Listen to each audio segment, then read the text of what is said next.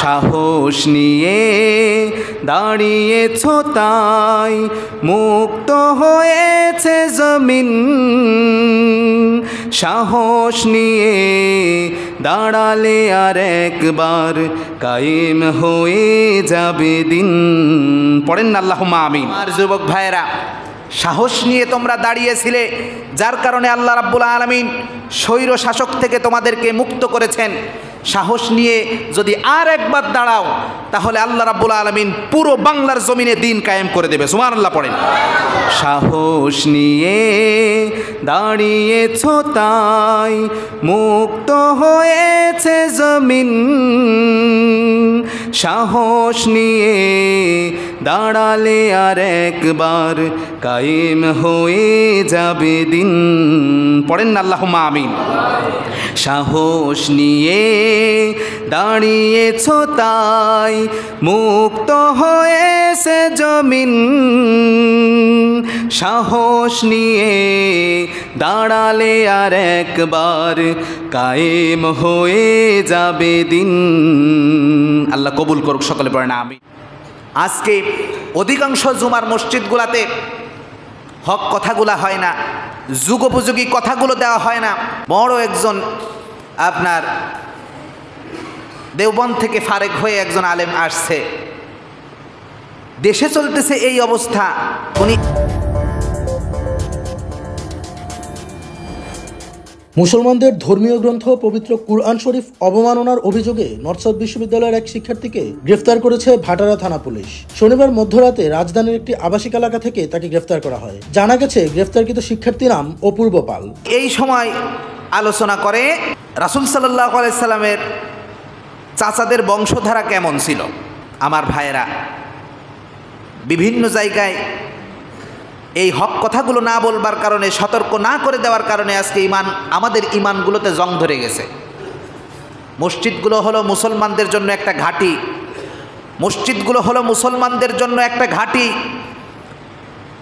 আফগানের মুসলমানেরা, মসজিদের খতিবেরা শুধু মসজিদে কোরআনুল কারীম নিয়ে বসে না, মসজিদের বসার সময় তাদের পাশে AK-47 রাইফেল থাকে, কেননা জিহাদ তাদের সন্নিকটে। আর বাংলার মুসলমানেরা ভুলে যেও না, শুধুমাত্র মিলাদ পড়ার জন্য আল্লাহ তোমাদেরকে এখানে পাঠায় নাই। যে কোনো মুহূর্তে যুদ্ধের পূর্বাভাস চলে আসবে, আর মুহূর্তের ভেতরে ইমানি চেতনায় জাগ্রত না হতে পারলে পুরো মুসলমান জাতি ধ্বংস হয়ে যাবে। আপনার কাবুল শহরের এক লোক, ও তো আর বাংলা বোঝে না। বাংলা বোঝে না। লম্বা চওড়া ওই লোকটা একবার বাংলাদেশে এসে জাম গাছে উঠছে। এই জাম গাছে ওঠার পরে এই লোক বলে কোনগুলো খাবো, ও পাতা কোনটার ফল কোনটা ওইভাবে বুঝতে পারে নাই। কালো কালো দেখা যায় জামগুলা, সব দেশের ফল তো সব দেশে নাই, কালো কালো দেখা যায় ফলগুলা। কি একটা অবস্থা, ভাবছে মনে হয় পচা হবে কিনা। বাংলাদেশের যিনি তত্ত্বাবধানে ছিলেন উনি বলে দিলেন যে কালো কালো যেগুলো দেখা যায় ওইগুলো বুঝবা টসটসে পাকা, ওইগুলো ধরে ধরে খাবা। কালো যা দেখা যায় তাই খাবো। বললো হ্যাঁ, কালো যা দেখা যায় তাই খাবা। ওই গাছের ভিতরে কালো জাম পাড়তে পাড়তে কালো জামের উপরে বসেছিল কালো এক বড় ভোমরা। ভোমর চেনেন? ভোমর বসা ছিল। ও দেখছে এটাও তো কালো, কালো জাম পাড়তে পাড়তে ভোমরকেও সে হাত দিয়ে মুঠ করে ধরছে। ওই এটা মনে আরো ভালো জাম। কিন্তু ভোমরকে যখন মুঠ করে ধরছে, ভোমর মিয়াকে চুপ করে বসেছিল না, হুল ফুটিয়ে দিছে। হুল ফুটিয়ে দিয়েছে। আমার ভাইয়েরা, এই যে আফগানি লোকটাকে বলে দেয়া হলো কালো যা যা আছে বাজ বিচার নাই, সব ধরে ধরে ছেড়ো। শুনে রাখেন, ডায়েরিতে নোট করে রাখেন।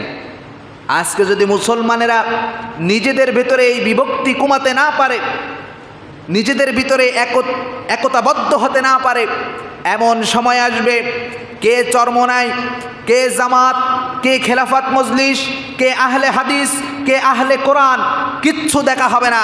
দাড়ি টুপি ধরে ধরে জবাই করা হবে, এটার পরিকল্পনা অতি সত্বর এটা হবে। আপনারা ভাবতেছেন আরে আল্লাহ, হিন্দু মুসলিম ভাই ভাই এত সহজ, ভাই ভাই মার পেটের ভাই মায়ের পেটের ভাইরে মেরে ফেলাই দিচ্ছে, আর সে জায়গা তো জাতিসত্তা আলাদা। হ্যাঁ, তারা আমার প্রতিবেশী, তাদের সাথে কোনো খারাপ আচরণ আমরা করব, এটা কখনোই ইসলাম বলে না।